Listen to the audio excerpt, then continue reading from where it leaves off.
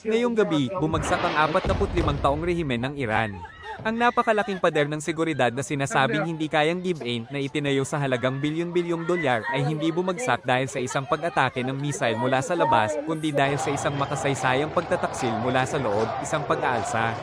Ang sandaling lumabas sa kamera ang isang opisyal ng Iran at sinabi, handa kami sa anumang aksyon upang wasakin ang Islamic Republic, iyon ang naging opisyal na pahayag ng pagtatapos ng isang yugto sa gitnang silangan. At narito ang makasaysayang pagbabagong iyon. Ganap nang bumagsak ang lungsod ng Abdan. Ngunit ang mga larawang makikita ninyo ay hindi larawan ng pananakop kundi dokumento ng paglaya. Sa halip na itutok ang kanilang mga baril sa mamamayan, ang mga pulis ay nagdiriwang ng pagbagsak ng rehimen sa mga bubong ng mga istasyon ng pulisya, kasama ang taong bayan. Siya nga pala mga kababayan, huwag niyo sanang kalimutan mag-like and subscribe sa channel na ito. Salamat po. Habang itinatapon ng mga piling puwersa ng rehimen, ang Revolutionary Guards o IRGC, ang kanilang mga uniforme at tumatakas, nagsara naman ang Tehran Stock Exchange at ang Grand Bazaar. Hindi ito karaniwang araw sa Iran. Ito ay ang pagbagsak ng isang totalitaryong diktadura sa pamamagitan ng sarili nitong digmaang sibil at ang muling pagsilang ng sinaunang bansang Persyano mula sa abo nito. Ang tunay na nagpapabagsak ng mga rehimen ay hindi ang sigaw ng mga tao sa lansangan, kundi ang katahimikan ng mga opisyal na tumatangging pigilan ng mga nagpoprotesta. Ang nangyayari ngayon sa Iran ay hindi isang karaniwang panlipunang kaganapan, kundi isang Praetorian betrayal. Ang espada na inatas ang magprotekta sa rehimen ay bomb-aling laban sa amo nito. Dumating ang punto ng pagkabasag ng isang opisyal ng Iranian Air Force ang isinugal ang kanyang buhay at ang kaligtasan ng kanyang pamilya sa pagharap sa kamera at pagbigkas ng mga ipinagbabawal na salita, handa kami sa anumang aksyon upang wasakin ang Islamic Republic. Ito ay isang makasaysayang sandali, katumbas ng panahon ng ibinaling ng hukbong Ehipsyo ang kanilang mga tangke sa Tahrir Square, o ng talikuran ng hukbo si Ceausescu sa Rebolusyong Romanian. Isang pulis ng Iran ang nagsunog ng poster ni Khomeini at saka nagsulat sa pader gamit ang spray paint mula sa kanyang bulsa. Isinulat niya ang salitang, Javed Shah. Ang islogang ito ay karaniwang ginagamit upang ipahayag ang pananabik o suporta sa dating rehimen ng Iran, ang dinastiyang Pahlavi. Kapag ginamit bilang islogan, ang ibig sabihin nito ay, mabuhay ang Shah, o walang kamatayang Shah. Ito ay madalas ginagamit ngayon ng mga grupong tutol sa kasalukuyang rehimen at sumusuporta sa monarkiya. Malinaw na inihihiwalay ng mamamayang Iranian ang pambansang hukbo, Artesh, na may 2,600 taong kasaysayan, mula sa Revolutionary Guards o IRGC na nagsisilbing ideolohikal na kasangkapan ng rehimen. Ayon sa senior analyst na si Mir Adbaisi, inaasahan ng mga tao na papanig ang hukbo sa bayan at ang mga datos sa lugar ay nagpapatunay na ang pag-asang ito ay naging realidad.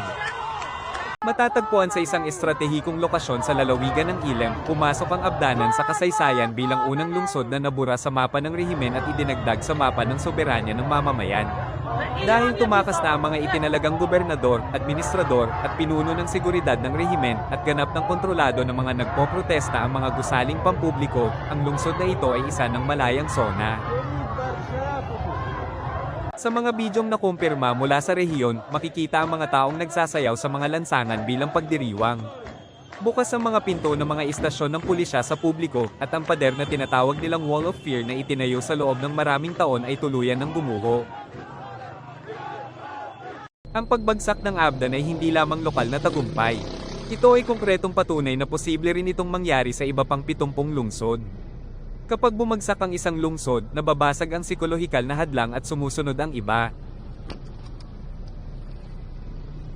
Dalawang sundalong naka-uniforme ang makikitang hindi bandila ng Islamic Republic ang dala, kundi ang bandilang leon at araw ng panahon ng Shah. Hindi ito simpleng pagsuway. Ito ay patunay na nabasag ang chain of command sa mababang ranggo ng hukbo at ang katapatan ay hindi na kay Khamenei, kundi sa makasaysayang ugat ng bansa. Kapag ang isang sundalo, habang suot ang kanyang uniforme, ay nagdadala ng bandila ng monarchy ang nais niyang ibalik sa halip na bandila ng rehimen na dapat niyang ipagtanggol, tapos na ang laro para sa rehimen. Ang pinakamalakas na sandata ng rehimen ay lumipat na ng panig. Noon, ang mamamayan ang natatakot sa Revolutionary Guards. Ngayon, ang Revolutionary Guards na ang takot lumabas sa lansangan suot ang kanilang uniforme. Sa maraming lungsod, lalo na sa mga suburb ng Tehran at sa kanayunan, may mga ulat ng mga puwersang panseguridad na tumatakas ng nakasibilyan at iniiwan ang kanilang mga sasakyan. Ang pinaka-nakakatakot na senaryo para sa mga totalitaryong rehimen ay kapag ang pulis ay umatras sa halip na gumanti o mas masahol pa, ibinaba ang kanilang mga kalasag at sumama sa mamamayan. Ito ang pagbagsak ng Bangko ng Katapatan. Sa Abdan, pinili ng mga pulis na sumama sa revolusyon, pinarangalan ang kanilang uniforme sa halip na labanan ang galit ng taong bayan at barilin sila. Ang larawan ng mga pulis na nakatayo balikat sa balikat kasama ang mamamayan sa mga bubong ng istasyon ng pulisya ay parang huling pako sa kabaong ng rehimen ni Khamenei. Gayunpaman, hindi sa lahat ng lugar ay may mapayapang sitwasyon. Sa lungsod ng Boord, mas nagiging marahas ang pangyayari. Hinahabol ng mamamayan ang mga puwersang pansiguridad ng rehimeng matagal nang umapi sa kanila, kalye sa kalye. Biglang nakabaliktad ang mga pangyayari ngayon, mga Revolutionary Guard na ang hinahabol ng mga mamamayan, hinahabol sila habang tumatakas. Ipinapakita nito na ang awtoridad ay hindi lamang bumagsak kundi tuluyan ng nabaligtad. Nabura ang mito ng pagiging hindi matitinag. Ang pinakapinagkakatiwalaang elitistang puwersa ng rehimen, ang IRGC na pinondohan ng bilyon-bilyong dolyar, ay tuluyan ng nawala ng imahe ng pagiging makapangyarihan. Sa maraming lugar, sinasalakay at sinasakop ang mga base ng IRGC, wala silang depensa laban sa galit ng mamamayan. Mas mahalaga pa, sinasalakay ng mga tao ang mga imbakan ng pagkain at komersyal na pasilidad ng IRGC at kinukuha ang mga rekurso. Ang puso ng rehimen ay nabubuhay sa tanyag na Grand Bazaar ng Tehran. Sa kasaysayan, kapag tinalikuran ng bazaar ang rehimen, gaya ng ginawa nito laban sa Shah noong 1979, bumabagsak ang rehimen sa loob lamang ng ilang linggo. At ngayon, ay tuluyan ng nagsara ang Grand Bazaar. Ngunit sa pagkakataong ito, hindi dahil sa implasyon o buwis. Ito ay isang purong pampulitikang welga na may mga sigaw ng kalayaan mula sa loob ng mga tindahan. Ibig sabihin nito, tuluyan ng nawalan ng pag-asa ang mga negosyante at ang mundo ng kalakalan sa rehimen, at ang krisis sa ekonomiya ay naging krisis ng rehimen. Ang pagsasara ng bazaar ay nangangahulugang naputol ang pinansyal na ugat ng bansa. Tumigil ang daloy ng salapi at hindi na kayang ipagpatuloy ng rehimen ang araw-araw nitong operasyon. Umabot na ang pagkakawatak-watak ng rehimen mula ibaba hanggang itaas. Ang Pangulo ng Iran na si Masoud Pezeshkian ay gumawa ng isang makasaysayan at nakakagulat na pag-amin sa live na telebisyon ng Estado na nagsabing, "Ako ang may kasalanan. Hindi ang mamamayan. Kailangan nating baguhin ang ating asal." Ito ang pinakamataas na antas ng kumpirmasyon na nawalan na ng karapatan ng rehimen mula sa loob mismo at hindi na gumagana ang dahilan ng panlabas na puwersa o mga ahente. Kapag umamin ng kapitan ng kanyang pagkakamali habang lumulubog ang barko, wala nang pag-asa para sa barkong iyon. Ang pag-aming ito ay isang napakalaking psikolohikal na pagbagsak na nagpapatunay sa kahinaan ng rehimen at nagbibigay lakas ng loob sa mga nag-aalinlangang masa, sa mga lansangan, sa mga gusaling pampubliko, at maging sa ilang unit ng militar. Ang ideolohikal na bandila ng rehimen ay ibinababa at pinapalitan ng makasaysayang bandila ng Iran, ang leon at araw, o simpleng bandila ng Iran. Hindi ito simpleng pagpapalit ng tela. Isa itong ideolohikal na paglilinis. Pinupunit ng mamamayan ang mga simbolo ng 46 na taon ng mapang-ipang pamumuno at bumabalik sa sarili nilang pambansang identidad. Hindi ito digmaang panrelihiyon, kundi digmaan upang bawiin ang bansa. Ang katotohanang pinapalitan ng mga sundalo ang bandilang dala nila sa kanilang uniforme ay ang pinakakongkretong patunay na ang kanilang katapatan ay hindi na sa tanggapan ng relihiyosong leader, kundi sa bansang Iranian. Ang mga protesta ay wala na sa kontrol hindi lamang sa kanayunan o sa mga rehiyong Kurdish, kundi maging sa industrial na puso ng Iran. Ipinapakita ng mga larawan mula sa lungsod ng Khulashar malapit sa Isfahan na umabot na sa hindi na mababalik ang pag-aalsa. Pinabulaanan ng laki at determinasyon ng mga tao sa Khulashar ang kasinungalingan ng rehimen na iilang rehiyon lamang ang may problema.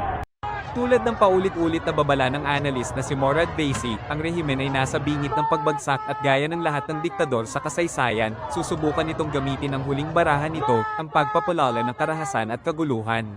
Maaaring subukan ng rehimen na bawiin ang kontrol sa pamamagitan ng pagbubuhos ng dugo at pagpapakalat ng takot. Ngunit may mahalagang dagdag si Vaisi, ang pagpatay ng tao ay krimen, at kapag bumagsak ang rehimen, ang galit ng mamamayan ay tutuon sa mga mapang-ipang puwersang ito. Ang babalang ito ay lumikha ng matinding takot ng isang Nuremberg trials sa mga puwersang pansiguridad na kasalukuyang sumusunod sa mga utos. Hindi na sila sumusunod ngayon upang hindi managot bukas. Ang barahan ng karahasan ng rehimen ay bumabalik laban dito dahil sa takot ng sarili nitong aparatong pansiguridad. Ang mga mensaheng inilalabas ng ipinatapong Crown Prince na si Reza Pahlavi ay nagbibigay ng direksyon at bisyon sa galit na walang leader sa lansangan. Ang panawagan sa disiplina at ang plano sa transisyon ay nagpapakita na ang nangyayari ay nagiging isang organisado at may layuning revolusyon, hindi walang kontrol na kaguluhan. Ang mga sigawang pabor sa Shaw sa lansangan ay hindi lamang pananabik sa isang tao, kundi paghahanap ng kaayusan, kasaganaan, at pambansang dangal sa gitna ng pagkawasak ng ekonomiya, katiwalian, at kaguluhang dulot ng rehimen. Nakikita ng mamamayan ang kabiguan ng isang teokratikong eksperimento at nais bumalik sa mas matatag na panahong nasa kanilang kolektibong alaala. Sa pagkakataong ito, hindi tahimik ang mundo. Hindi ito tulad ng 2009 o 2019. Tinitiyak ng Iranian diaspora at ng pandaigdigang media ang tuloy-tuloy na daloy ng impormasyon sa kabila ng internet blackout sa loob ng Iran.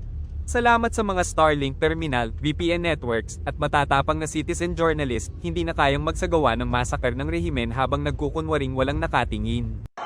Bawat bala, bawat pag-aresto ay nagiging viral sa social media sa loob ng ilang segundo na nagpapataas ng internasyonal na presyon laban sa rehimen. Inalis ng transparency na ito ang kakayahan ng rehimen na kumilos sa dilim.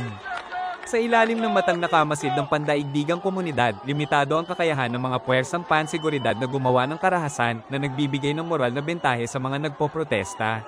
Nalampasan na ng mamamayang Iranian ang pader ng takot na hinabi sa loob ng 45 taon. Nang bumagsak ang Abdona, hindi na ito nanatiling teoretikal na posibilidad, naging isang napatunayang realidad. Nagbago ng panig ang pulisya. Nagbigay ng senyales ang hukbo, nagsara ang bazar, at umamin ng Pangulo ng kanyang kasalanan. Ang bawat isa sa mga ito ay sapat na upang yanijin ang isang rehimen, ngunit kapag nangyari ang lahat ng sabay-sabay, ang resulta ay hindi na maiiwasan, pagbagsak. Hindi na ito ang simula ng katapusan ng rehimen. Ito na mismo ang katapusan. Ang awtoridad ay umiiral na lamang sa papel. Binawi na ng mga lansangan ng kanilang lehitimasyon. Ang bandilang iwinawagayway sa Abdan ay hindi lamang kumakatawan sa isang lungsod, kundi sa hinaharap ng buong Iran. Isinusulat ang kasaysayan sa sandaling ito, at nasasaksihan natin ang huling hininga ng isang diktadura. Ano ang inyong mga saloobin ukol sa usaping ito? Ibahagi ang inyong opinyon sa comments.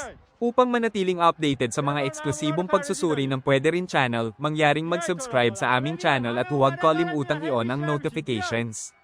Maraming salamat sa pagpili sa amin.